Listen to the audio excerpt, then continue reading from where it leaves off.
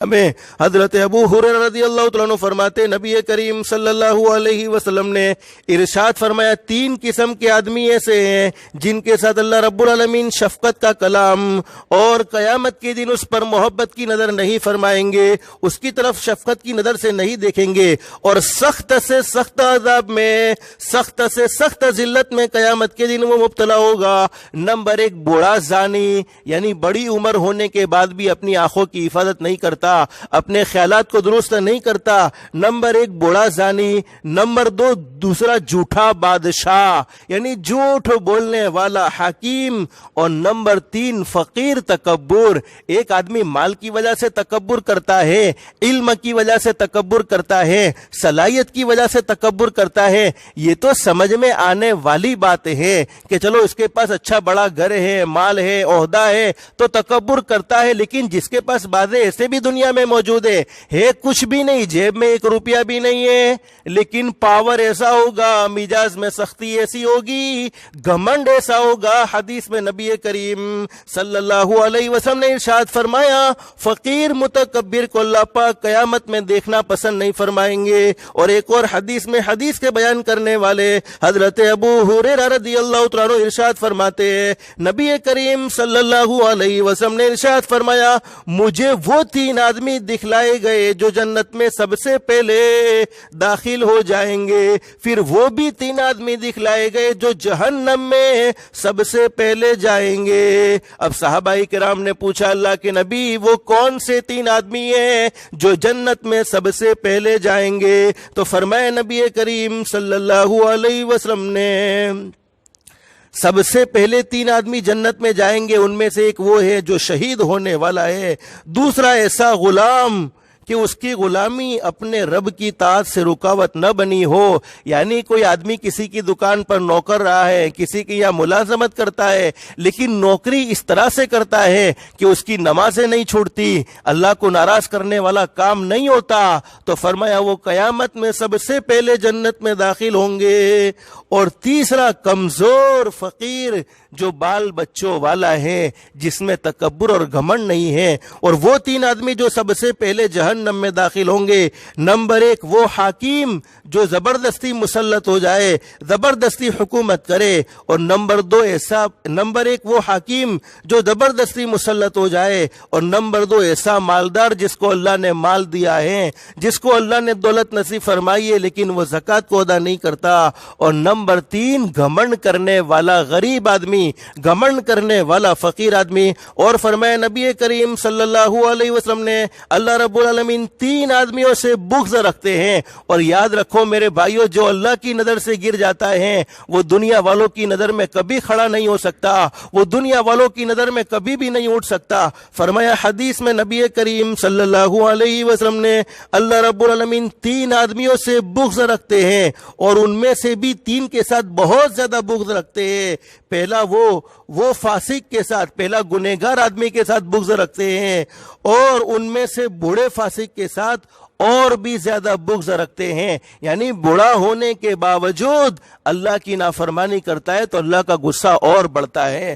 اللہ کی نظروں سے اور وہ گر جاتا ہے۔ نمبر 2 بخیل سے اللہ بغض رکھتے ہیں، اور ان میں سے ایسے بخیل کے ساتھ زیادہ بغض رکھتے ہیں جو مالدار ہیں، یعنی مالدار ہونے کے باوجود کنجوسی کرتا ہے تو اللہ کا غصہ اور بڑھتا چلا جاتا ہے۔ اور نمبر 3 متکبر لوگوں سے، یعنی گھمنڈی لوگوں سے اللہ پاک بغض رکھتے ہیں، مگر فقیر متکبروں سے اور بھی زیادہ اللہ پاک بغض رکھتے ہیں۔ اور 3 قسم کے لوگ ایسے ہیں، 3 قسم کے لوگوں سے اللہ پاک محبت رکھتے ہیں، اور ان میں سے 3 قسم کے لوگوں کے ساتھ خاص طور پر زیادہ محبت ہوتی ہے۔ نمبر 1 متقی لوگوں سے، یعنی جو اللہ سے ڈرنے والے ہیں، اللہ کے احکام کے مطابق زندگی گزارنے والے ہیں، اللہ ان سے محبت رکھتے ہیں، متقی لوگوں سے محبت رکھتے ہیں، مگر نوجوان متقی کے ساتھ بہت زیادہ محبت मोहब्बत रखते हैं। इसलिए मेरे भाइयों, मेरी बहनों, अपनी जवानी की कदर करो। जवानी में अल्लाह को राजी करने वाला,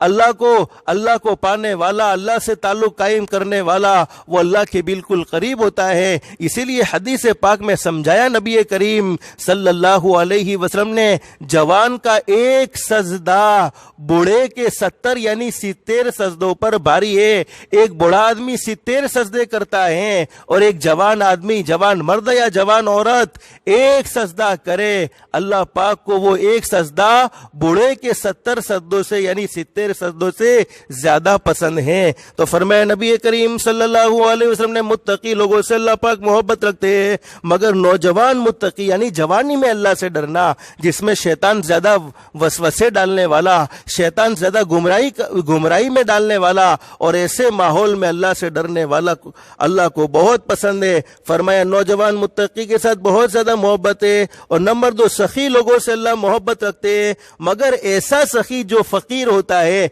यानी जिसके पास है कुछ नहीं लेकिन सखावत का जज्बा बड़ा जबरदस्त है, अल्लाह उससे भी मोहब्बत रखते हैं। और नंबर 3, तवाज़ु करने वालों से मोहब्बत रखते हैं, यानी अपने आप को छोटा समझने वाले, घमंड करने वाले नहीं, अपने आप को छोटा समझने वालों से मोहब्बत रखते हैं, मगर मालदार तवाज़ु करने वालों से, यानी अल्लाह ने माल भी दिया है, अल्लाह ने ओहदा भी दिया है, अल्लाह ने ताकत भी दी है, अल्लाह ने वुसअत भी दी है, फिर भी वो अपने आप को सादगी में रखता है, छोटा समझता है, अपने आप को लोगों में बड़ा जाहिर नहीं करता, तो वो अल्लाह को बहुत ज्यादा पसंद है। मेरे भाइयों, हम सब जानते हैं कि हजरत मूसा अलैहिस्सलाम कोहे तूर पर जाते थे और अल्लाह से बातें करते थे। कुरान करीम में अल्लाह ने फरमाया, वकल्लमल्लाहु मूसा तकलीमा, मैं मूसा अलैहिस्सलाम से बातें करूं और मूसा अलैहिस्सलाम मुझसे बातें करे। अब हजरत मूसा अलैहिस्सलाम ने